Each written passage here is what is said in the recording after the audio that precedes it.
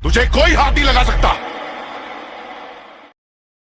So hello ladies and gentleman, भाइयों और बहनों, जूते चप्पल पहनो और पहनकर निकलो सीधे थिएटर्स। जी हाँ, अगर चलचित्र जगत का पूरा मजा लेना चाहते हो तो ये समय आपके लिए बेहद अनुकूल है। जी हाँ, एनिमल क्या पिक्चर करूं।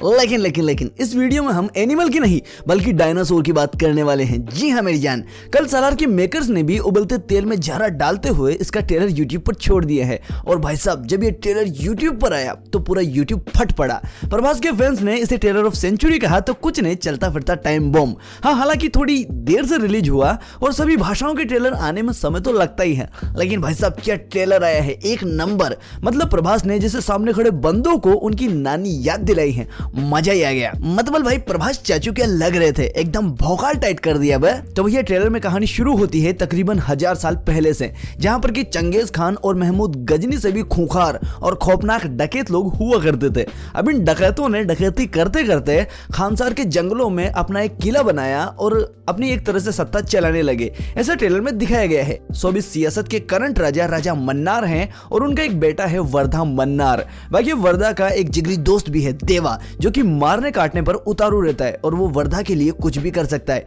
जो कि ट्रेलर में दिखाया भी गया है। कुल मिलाकर देवा एक गुस्सेल प्राणी है, वहीं वर्धा एकदम मुंहफट बखलेट किस्म का लड़का है। साथ ही वर्धा है भैया राजकुमार, और मैं भी देवा उसका दोस्त होने के साथ साथ उसका बॉडीगार्ड भी है जो कि उसकी रक्षा करता है। मगर फिर शायद देवा के होने से राजा का लड़का वर्धा ऐसे ही ढिल्लू न रह जाए, इसलिए दोनों को अलग अलग कर दिया जाता है। अब इसके बाद भैया समय बीतता है और एक दिन राजा मन्नार अपने बेटे वर्धा को राजा बनाना चाहता है, मगर फिर महल के ही कुछ बागड़ बिल्ले टाइप के लोग षड्यंत्र रचना शुरू करते हैं और वर्धा को राजा मन्नार की गैर मौजूदगी में टपकाना चाहते हैं। एंड भैया यहाँ पर ये लोग अपनी अपनी आर्मी ले आते हैं और किले को चारों ओर से घेर लेते हैं। मगर फिर आता है यहाँ पर एक ट्विस्ट और वर्धा अपनी आर्मी के रूप में वन मैन आर्मी प्रभास बोले तो देवा को लेकर आता है और फिर देवा जो इन लोगों को धोना चालू करता है। भाई साहब सामने खड़े बंदों का मुंह निकाल देता है, क्या धांसू मार कुटाई होती है और प्रभास का जो ब्लडी अवतार दिखाई देता है। भाई साहब मैं बता रहा हूं कि थिएटर फट जाएगा। बाकी हाँ, अब जिन लोगों को ये जानना है कि रॉकी भाई किधर है,